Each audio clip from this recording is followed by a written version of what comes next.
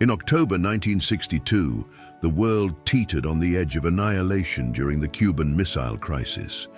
Tensions between the United States and the Soviet Union were at their peak. Missiles were primed, leaders were on edge, and one wrong move could have sparked a nuclear war. Enter Vasily Arkhipov, a Soviet naval officer aboard the submarine B-59, who became the unlikeliest of heroes. On October 27th, deep in the Caribbean Sea near Cuba, the B-59 was being hunted by US Navy ships enforcing a blockade. The Americans didn't know it, but this sub carried a nuclear-tipped torpedo.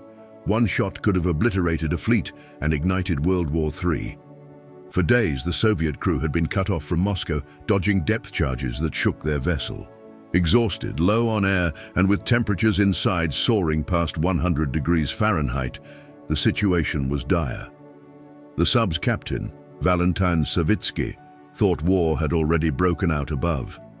The US forces were dropping signaling charges, meant to force the sub to surface, but to the crew it felt like an attack.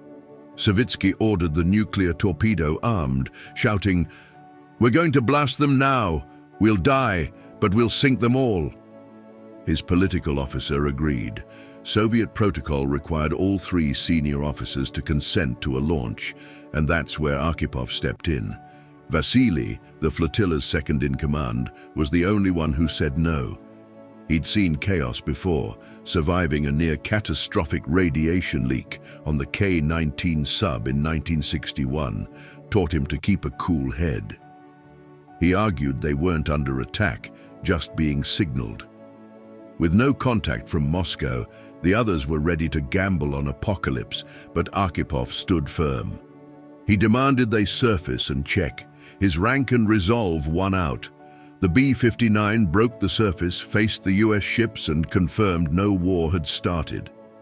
The torpedo stayed cold. Historians estimate Arkhipov's decision prevented a chain reaction that could have killed hundreds of millions, maybe billions. The US had missiles ready. The Soviets would have retaliated. One man's clarity stopped it all. Yet Arkhipov never sought fame. After the crisis, he returned to a quiet life in the Soviet Navy, retiring in the 1980s. His story stayed buried in classified files until decades later, when survivors and documents revealed the truth. He died in 1998, largely unknown, even as the world he saved moved on.